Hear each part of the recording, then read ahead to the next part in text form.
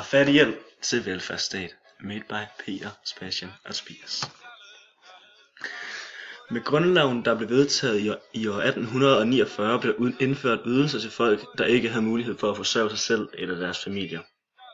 Til gengæld så skulle de opgive nogle af deres borgerrettigheder, som f.eks. retten til at stemme, eller retten til at gifte sig, og retten til at flytte rundt i Danmark, i landet. Og de ydelser, det var kun ydelser, der var forbeholdt en meget lille gruppe danskere, som var dem, der var dem, der havde flest penge. Det at folk de blev hjulpet ud af de her svære situationer, for eksempel ved hjælp af almisser, efter en offentlig myndigheds skøn, forekom meget demoraliserende og ydmygende. Og man skal give folk en ret til bestemte ydelser, i stedet for at lave en skøn af omfanget. Og sådan adgang til at søge hjælp, altså det vil sige, at hvis man beder om almisser, det kan sådan sløve og ydmyge personen, mens følelsen af at have en ret øger personens lyst og evne til at stå på egne ben, samt den øger personens selvstændighed. Dette giver K.K. Steinicke udtryk i kilde 2. Han anbefaler, at den øger personens selvstændighed, og at velfærdsydelserne går fra at være et skøn til at være en ret. Og påstanden her, det er samfundets egen interesse at øge den enkelte selvfølelse, og belæg erfaringen viser, at det er ydmygende at modtage hjælp gennem almisser og skønvurdering. Ergo bør samfundet sikre hjælpen gennem retsprincipper. Senere hen der begyndte loven at gælde for en større del af befolkningen, men der var stadig visse krav. For eksempel i 1922 der kom aldersrentelov, og Venstre-regeringen indførte den her aldersrenteloven, hvor alle danske borgere over 65 år og under en bestemt indtægtsgrænse har ret til ydelser. Og endnu senere blev loven universelle, og det vil sige, at det galt sådan hele befolkningen. For eksempel i 1956 hvor folkepensionen galt for alle uanset indtægt. Ja.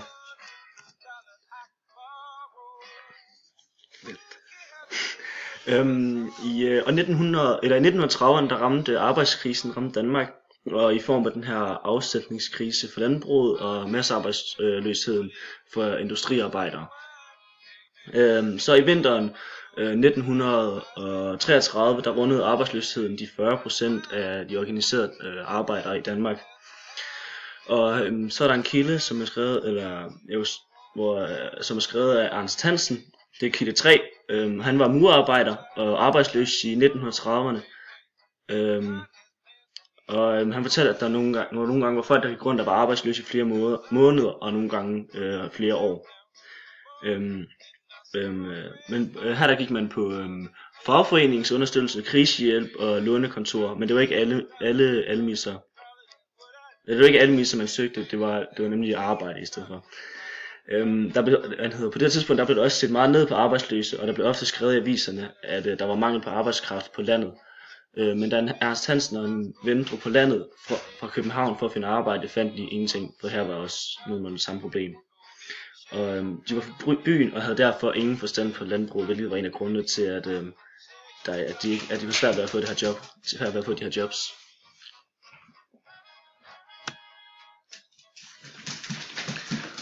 Velfærdsstaten beskytter samfundsborgere, men velfærdsstaten bliver af nogen set på som en bjørnetjeneste. Samfundet er nemlig gået hen og blevet en drivhusplante, der ikke kan overleve, hvis den kommer uden for drivhuset, altså velfærdsstaten. Det skriver Poul Møller blandt andet i hans bog i vores kilde 4 med afsnittet Velfærdsstat sløver modstandskraften. Det er også i menneskets natur at skylde skylden over på samfundet, og den nervestyrke, som eksistenskampen kræver, bliver ikke bygget op i det moderne menneske. Hvilket betyder, at det moderne menneske vil bryde sammen, hvis den står over for en situation, der ikke kan lægges over på samfundet. Næste slide.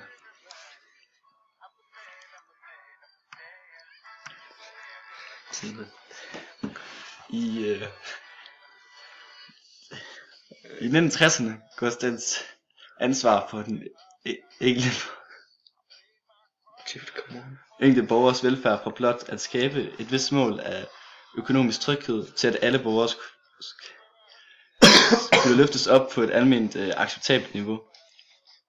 Det giver Bent Rold Andersen, som var økonom og med til at udarbejde 1960'ernes sociale reformer, også udtryk for i sin bog i 1966, og det er så kilde 5. Og han siger så, vi er heller ikke længere tilfreds med en passiv socialpolitik, der sikrer hjælp, når vi har brug for det. Vi forventer også en aktiv socialpolitik, der forebygger sociale ulykker. Ja, og man havde heldigvis Socialdemokraterne og Venstres holdninger begynder efterhånden mere og mere at minde om hinanden, og den danske politik den bliver generelt bare mere ens, og især når det omhandler deres spørgsmål om velfærd. Socialdemokraterne kommer mere og mere over på Venstres tanker om den her udlicitering, hvilket kan ses i kilde 6, som er en debat i Socialdemokratiet, hvor de begynder at åbne op for muligheden for at udlicitering produceres af private virksomheder. På samme tid kommer Venstre over mod, at det er direkte negativt med ulighed, hvorimod de andre blå partier generelt mener, at det er sundt med ulighed, og her kvitterer jeg lige Anders Fogh. Men omvendt så kan de aldrig være et mål i sig selv at skabe større ulighed i samfundet. Det er forkert, når nogen siger, at det skaber større dynamik at hæve mere ulighed.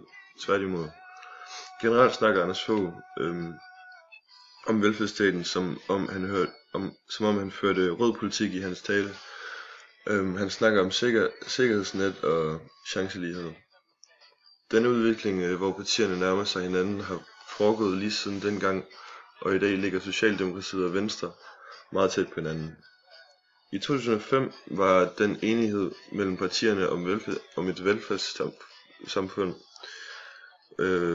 var et problem, og derfor fremlagde Velfærdskommissionen 3 forslag til, hvad der skulle ændres for at velfærdssamfundet kunne beholdes, hvilket beskrives i kilde 8.